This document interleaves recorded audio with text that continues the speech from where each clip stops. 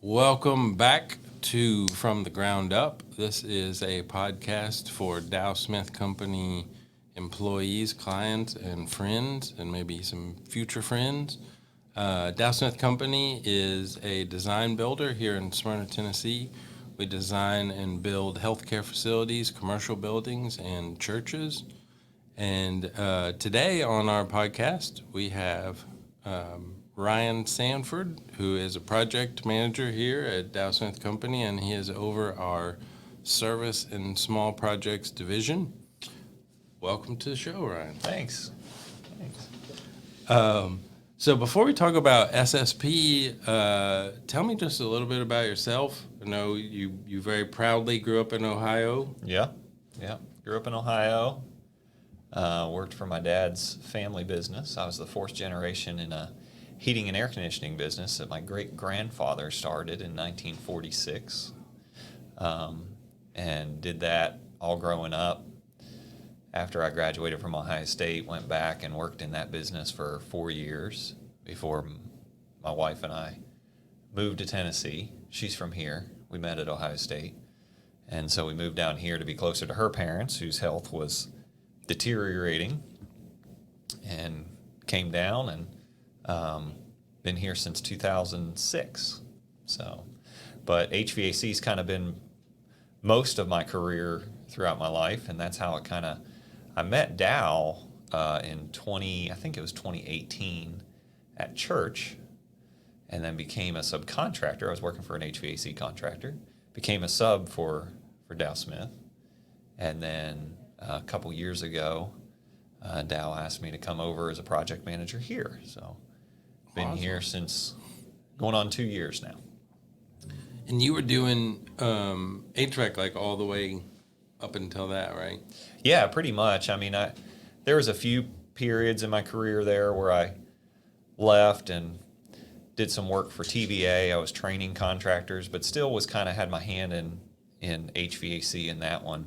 And then I worked for a nonprofit, worked for a church here and there a couple years. But I joke that it's like HVAC always kept getting sucked back to HVAC. I couldn't quite escape it. But I love the construction, just the construction field, the problem solving that goes into it, and all of that. So whether it be HVAC or office renovations or whatever, it's all kind of the same thing for me as far as getting to work in buildings and solve people's problems. So. Did you, like, growing up, did you have being in the fourth generation of Sanfords to do that, did you have any thought of, like, I might go do something else, or was it just sort of foregone conclusion, like, this is what I'm going to do? Absolutely not. I had no intention of going into HVAC in my career whatsoever. No, I was I went for a long time. It was like, well, maybe I'll be a lawyer. I was pre-law in college, and then it wasn't until I think our junior year of college where really my wife and I were engaged by then. We were kind of deciding, and it was like, it was really junior year before we said, you know what, I think I'm going to go back and work in my family business. I enjoyed it whenever I would work there in breaks and things like that. Christmas break, summer, I always enjoyed it, but I just never thought I would end up doing it. And it's been wonderful. I mean, it's served my family well, so Yeah. so I can't complain. And my dad's now retired. The business is basically closed, and so when I left, that was pretty much the end of that generational business. But yeah. Wow. So.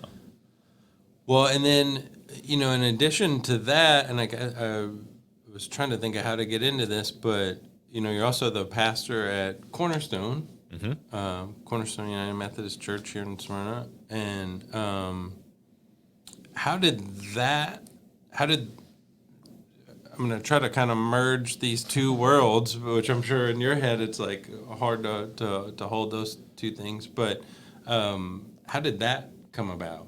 Okay. Well, so when in 2006, when my wife and I were looking at moving back down here, I was actually feeling called to ministry. So that was when I first started feeling called to ministry. Ended up working at a church full time right after we moved down here for about 1.5 years, 2 years, and then moved over to a nonprofit. And then when the economy tanked in 2008, 2009, that's when my position at the nonprofit got eliminated, and I ended up back in HVAC. But the world, my Dow Smith worlds and my ministerial worlds came together, like I said, at church. So in 2014, I was licensed as a local pastor in the Methodist Church, which in the United Methodist Church, there's so many small little churches around. Most of those are pastored by bivocational ministers like me. So Okay. most of us have other jobs outside the church, full-time jobs, some part-time, because these are these small churches that can't afford a full-time pastor. So, Well, at least not one as good as you, right? yeah. I tell them they get what they pay for. But in 2014, I became licensed as a local pastor. In 2016, I was asked to go to Cornerstone United Methodist Church and be the pastor there. I'm very part-time. I'm quarter-time there. Technically it's 10 hours a week is what the Methodist Church says. Love being there. That's where I first met Dow Smith. But it's funny because when Cornerstone was just this steel metal building that was built as a temporary building while they were when the church was started back in the 90s, and they were going to build a bigger facility that was going to be kind of their permanent, and then they were going to turn that little box that we had into just a fellowship hall. Well, obviously things changed, and they were never able. They built the little box, and it never went anywhere from there. So where our sanctuary was, it was just this dark room, no windows, no nothing. So Dow Smith starts coming to church there, and I got to talking to him, and I said, well, one of the things we'd like to do is add some windows. There's no natural light in here. I mean, it was just a dark, dingy place. And he said, oh, okay, well, he gave me a couple names of people to call to do it. Well, I could never get anybody to call me back because I was just some pastor at this tiny little church wanting to do this small little window job. Well, about a year later, I had the Dow Smith newsletter up, and I see that they launched this service and small projects division. Yeah. And I called Dow and I said, hey, this seems like this would be a perfect job for us. And he says, you've never had those windows installed, have you? And I said, you come to church here, you haven't noticed? And he's like, well, no, I guess I never did. He just kind of forgot about it. And so I think, as far as I know, one of the first SSP jobs when Dow Smith started was to install windows in my sanctuary at Cornerstone United Methodist Church. So it was a wonderful experience. I mean, I had just a great experience with them. Josh Beasley was running the division at that time. He's now a superintendent here. Josh came out. He was just awesome to work with. And so for a year, I had been trying to get this work done, calling different people. Nobody would ever call me back because it was just too small of a project for anybody that wanted to take it on, or that nobody wanted to take it on, basically. So, and they got it done in a few weeks. Wow. Got the materials in, got it cut in, turned out wonderfully.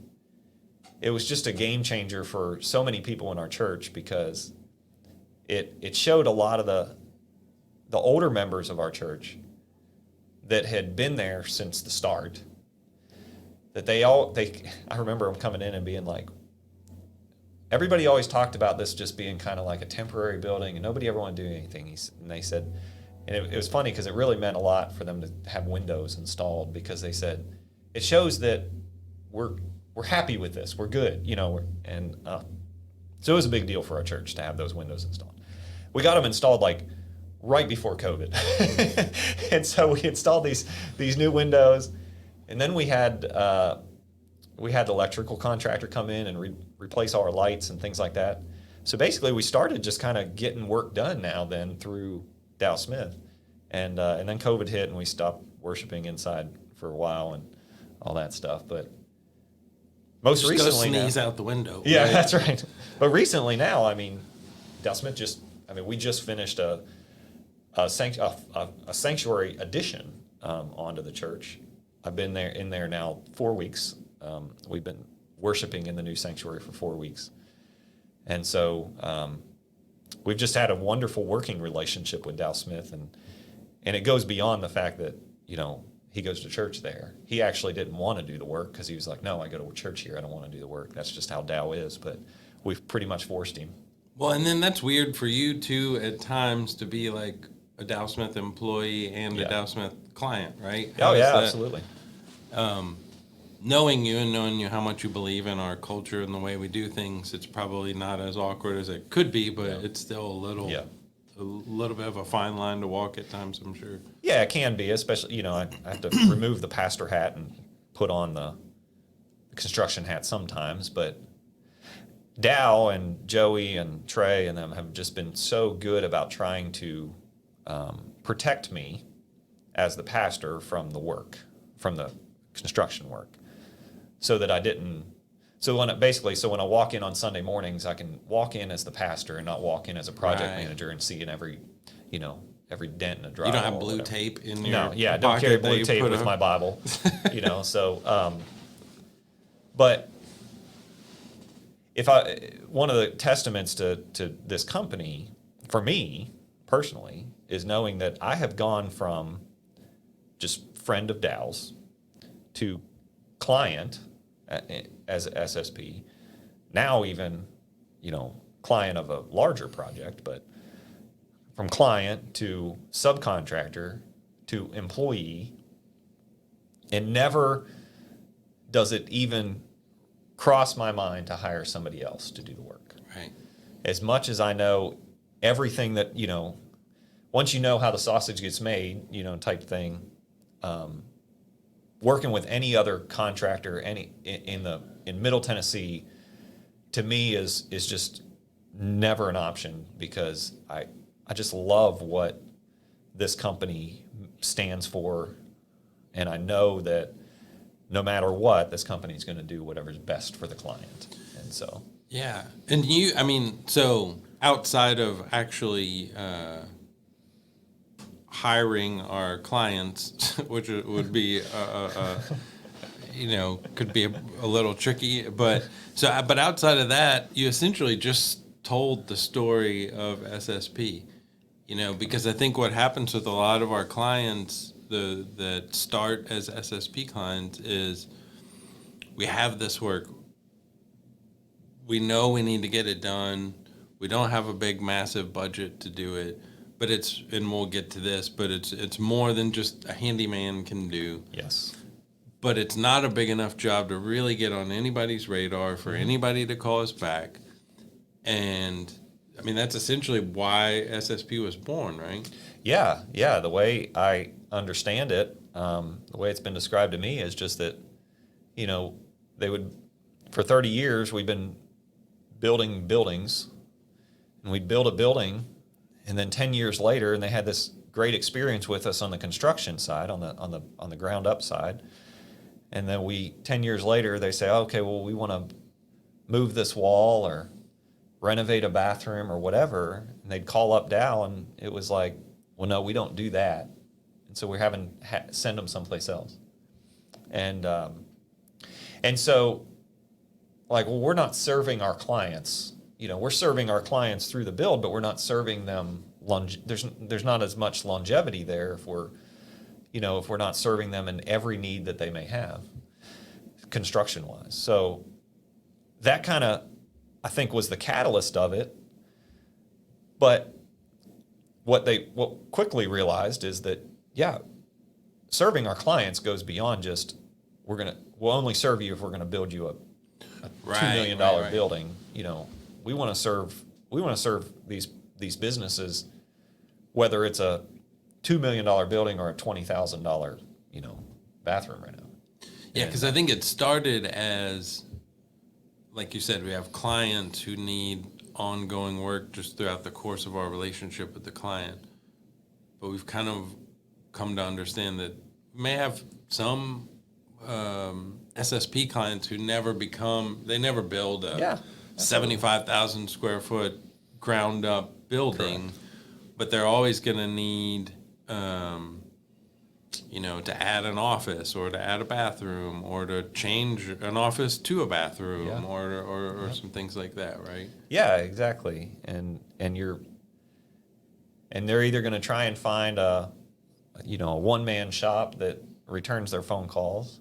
Nothing against those guys that work that way, but we carry with us 30 years of experience, a subcontractor team that will answer our calls, obviously, and a team of construction techs in-house that can do anything. So we just have this arsenal of expertise and specialties and things like that, me as pastor at Cornerstone United Methodist Church, a part-time pastor just wanting some storefront glass installed in our sanctuary, doesn't have the knowledge to even know where do I start on this and who all do I need to call, to just making a one call to Dow Smith Company and just, hey, this is something we need. Okay, we'll handle it for you. And that's the thing that I think you and I have talked a lot about, but it's really the story that I want to try to tell better, which is you could hire just a handyman, and there are some very capable, talented handymen who have lots of experience and know exactly what they're doing, but you're really hiring like one guy in a van with a tool belt who shows up, who, again, could do a good job, but maybe doesn't have all the knowledge of everything that they might run into. But when you hire SSP, you're getting the same subcontractors that we would use on that big 75,000 square foot ground up building. You're getting the same techs in-house with Dow Smith Company. I mean, we have techs here that have decades of experience. That are going to show up to those jobs, and they're going to, like those clients getting somebody to answer our call, those subs are going to answer our call because we have so much other work for them to do too, right? Yeah, absolutely. I mean, we have subs on our team that really only work for us, that we give them enough business to keep their livelihoods going completely. And so obviously they're answering our calls because we are their client. We are their number one client. But I'm glad you brought up about the techs. I mean, I think to me a testament to Dow Smith Company, how much importance and emphasis they've put on the service side of our SSP, which is service and small projects, is what it stands for. But is the fact that our most seasoned veteran technician, which is Steve Williams, he's been here for I think 24 years. Yep. Been here the only person that's been here longer is Dow Smith, right? Who has done literally everything. Anything and everything. He has done it. He has seen it. He is my primary SSP tech. They said, well, we're gonna give you Steve. I have access to the whole team, but Steve does most of my work. And it was like, clients absolutely adore Steve. Oh, they love him. They just fall in love with the guy. He's a giant teddy bear. He can do absolutely anything. He can build them a house if they want to, and he'll do it and say about 3 words while he's doing it. But and so one of our very best people that we had on staff, they said, we want him to be doing our SSP because he has a servant's heart, clients love him, and he can do absolutely anything for them. And I love that because it shows the importance that I think that Dow and Joey and Trey and Shauna have put on the service aspect of SSP. When he's also such a great fit because if you have a ground up project that say takes 18 months to complete, right? You've got that dedicated team that's working on that. They're maybe out at a job site trailer, practically living out there for that whole 18 months.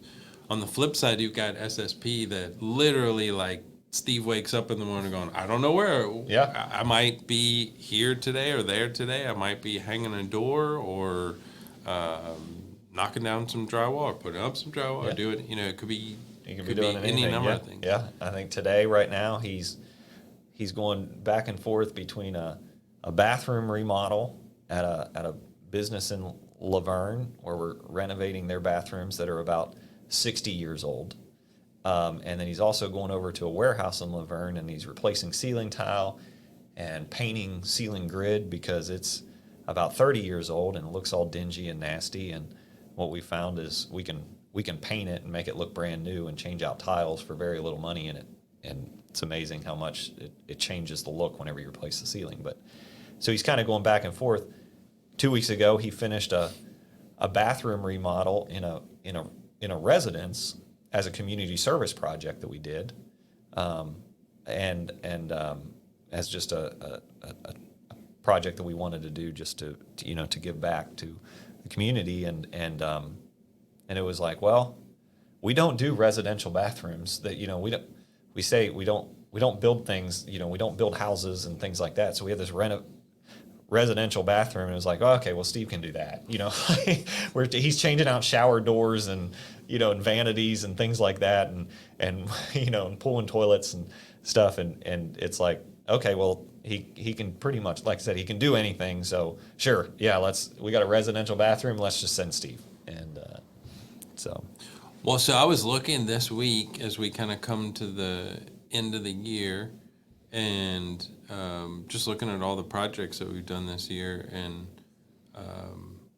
I asked you earlier, even you didn't know, and I didn't know this number, but when we finish 2023, we will have done about 75 SSP jobs, which is crazy. I mean, that's probably, 1.5 a week. Yeah. On average. But I think we've talked today a lot about sort of the service part of it, but there's also the small projects part.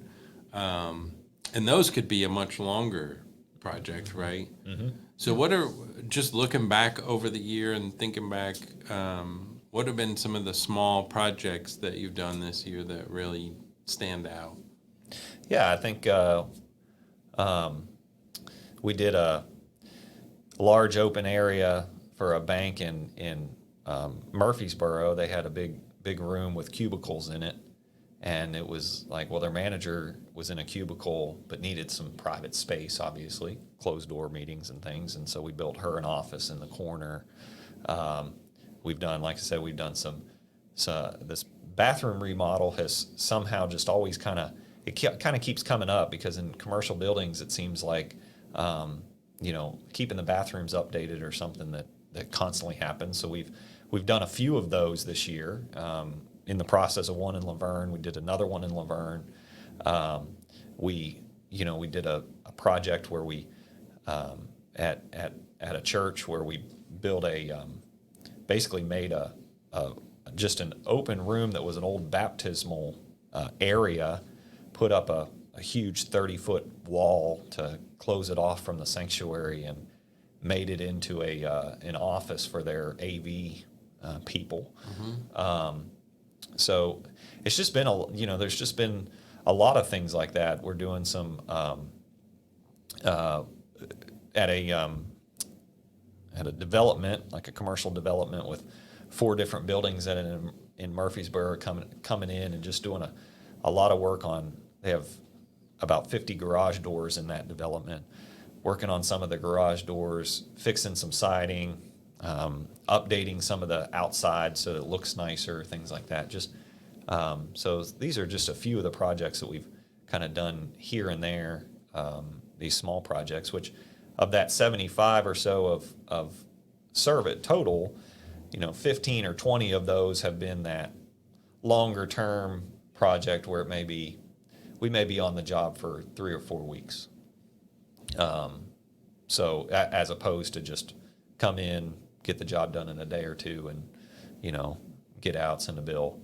This is more of an ongoing type thing. And the other unique thing with you guys is you can do this work like we saw at the YMCA this year, where you can do the work and the business or organization can stay open while you're doing the work.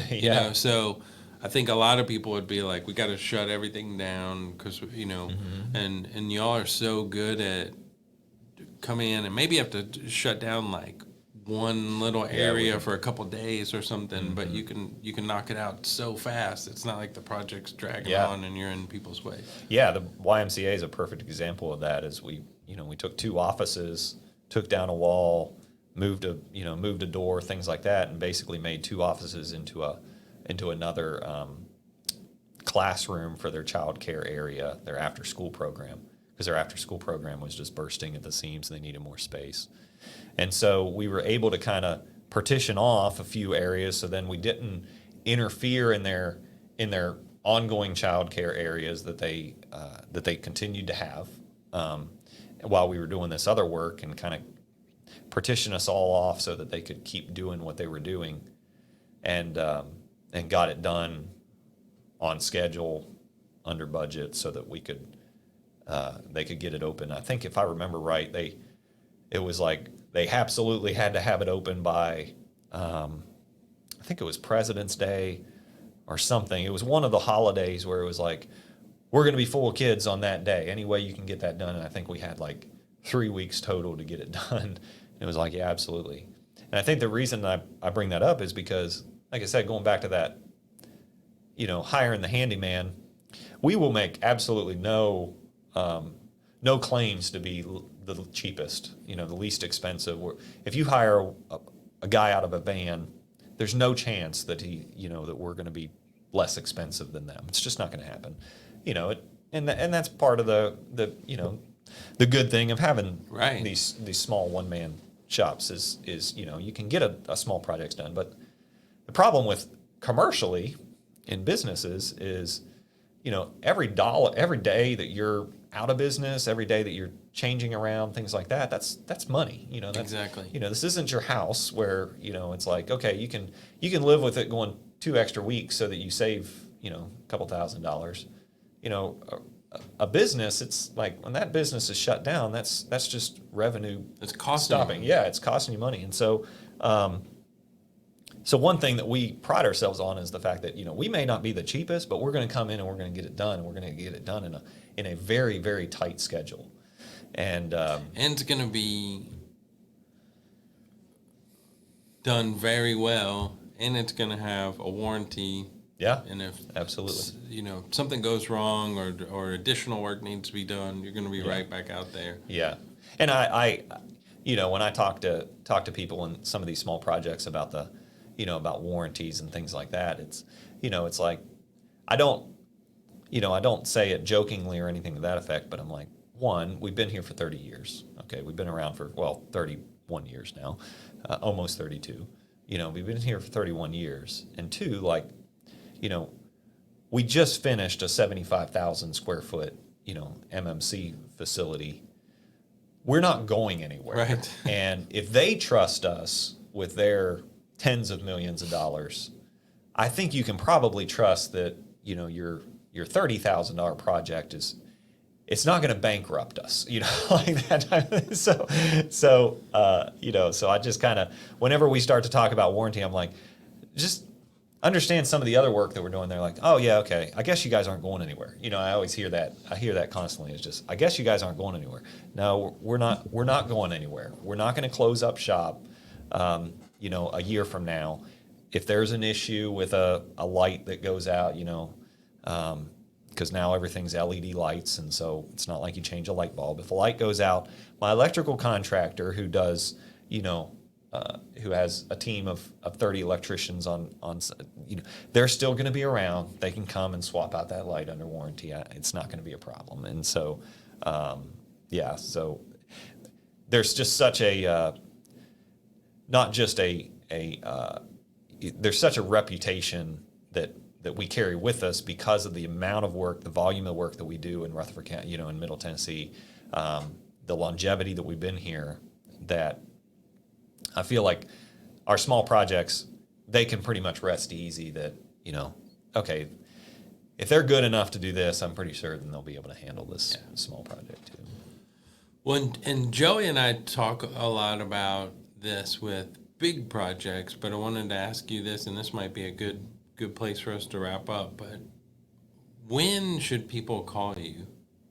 No. Like Joe, we always talk about like don't get so far down Yep. the road that you already started designing something, and then you kind of have to turn around and go back and all that. So his advice is like as soon as you kind of have something in your head, give us a call.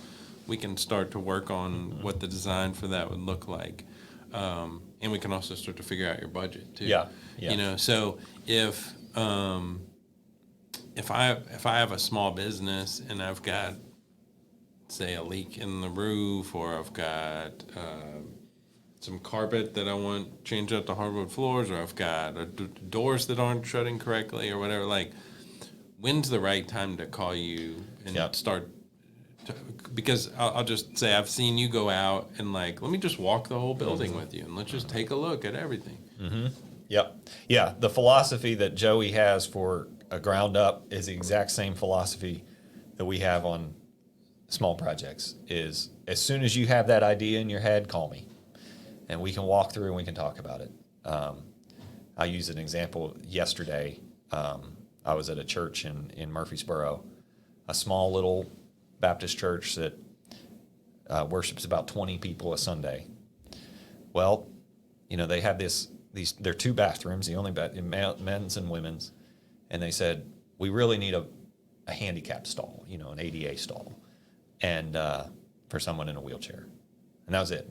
That's the only thing, and so they were smart enough to say, okay, well, let's just call Dow Smith, and so I went out, and so we were able to kind of sit down and take measurements, look at it, and say, okay, well, we can do this, we can do this, we can do this, and then they're like, well, maybe it'd be better if we move this door here because it would open up some space. Because if you take a commercial bathroom, and you have to add for instance, like an ADA stall, well, typically that's like two stalls in one, size wise.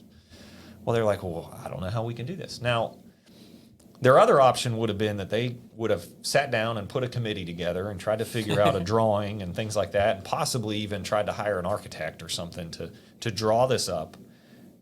Got a plumber involved to try and come and figure out, okay, well, where's the plumbing run? How could we do this? That type of thing. And it was like, do not go down that road. Just talk to us first. We have architects that work for us that we can talk to when that time comes. But we can really do so much of the legwork on the front end that saves you just thousands of dollars down the road. Because their other option, like I said, would have been they draw it all up, they come up with a plan, and then they send it out to 4 different contractors to say, hey, will you give us a bid on doing this? Then they realize it's not viable plan. Yeah, realize 1, they can't afford it.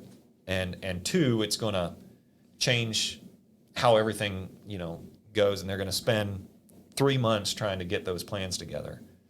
And, whereas in a 1-hour meeting where we're walking through with a tape measure and a little bit of tape that we can say, okay, well, this starts here and this type of thing, and just the knowledge of knowing, okay, well, these are the clearances you have to have. I can really, most of the time, just say, this is probably about what you're looking at ballpark-wise. And they say, okay, then they know, well, okay, do we need to raise some money for it? Do we need to take out a loan for it? Do we have the cash available to do it? Those types of things. And it's like, don't go down this road because the same principles apply to our design build services that we have for ground ups. The exact same principles, the exact same processes apply for our small projects. They're just on a smaller scale. Yeah, and I had a friend of mine who is over a local organization who said, hey, we have some things we need to look at fixing, and you were able to come out, and I think it was so comforting to her to know you're walking through the building with her, and then once the work starts, she's just going to keep talking to you. Yeah. It's going to be the same Yeah. person. It's not That's right. like somebody who just could come out, I'll take a look and tell you what you Yeah. might be dealing with. She knows she's getting actual numbers from the actual person who's going to do the Yeah, who's going to be overseeing it. That one of the things that I love about the work here that I get to do is what we call just cradle to grave. Basically, we're cradle to grave. They use that in church language too, but for other reasons. But is that I'll be the one that you're talking to on the initial communication. I'll be the one that is putting together the pricing. I'll be the one that is going through any design, any permitting that may have to happen and things like that. And I'll be the project manager on it clear through. And I'll also be the one that when, 6 months from now, if you say, hey, this stopped working or this, or whatever, hey, can you come, this warranty type thing, you're going to reach directly out to me anyhow. So I love that cradle to grave thing because I like walking with the client through it. And I just personally just like seeing projects through. I enjoy the fact of being able to go from an idea in somebody's head to actually getting to look at it and see the before after type shots. It's satisfying to me. It's gratifying to me. So I enjoy that part of it. And so I think that does, like you say, give comfort to our clients to know, okay, I'm talking to Ryan. He's not he's not the sales guy. He's not this. He's not that. I'm talking to Ryan, and he's going to be the one that. And so it almost has that. It can have that feel of that one-man shop type person. You have the one contact. You're not looking at some large conglomerate where, well, this person's going to do this part, and this person's going to do this part, and this person's going to do this part. We're able to just build a relationship together and walk through the project together. Cool. And if people do need to reach you, what's the best way to do that? They can either email me, which is ryan.sanford@dowsmith.com, or they can call me on my cell phone, 615-557-8257.